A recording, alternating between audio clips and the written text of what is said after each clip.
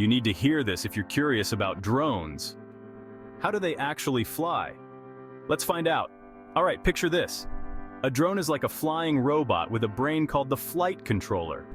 This brain takes all the data it gets, from your inputs on the remote, GPS location, air pressure, and gyroscopes, and translates them into motor speeds.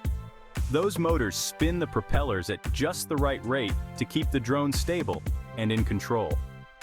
Think of it like balancing a broomstick on your finger. The drone's brain makes tiny adjustments every millisecond to keep it balanced in the air. If you want it to move forward, the controller speeds up the rear motors. Want to go up? All the propellers spin faster. Fun fact, the first quadcopter was built way back in 1907 by the Breguet brothers. It took 4 people just to keep it steady, and it only flew 2 feet off the ground.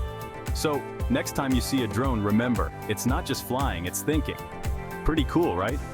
Don't forget to like and subscribe for more fun tech tidbits.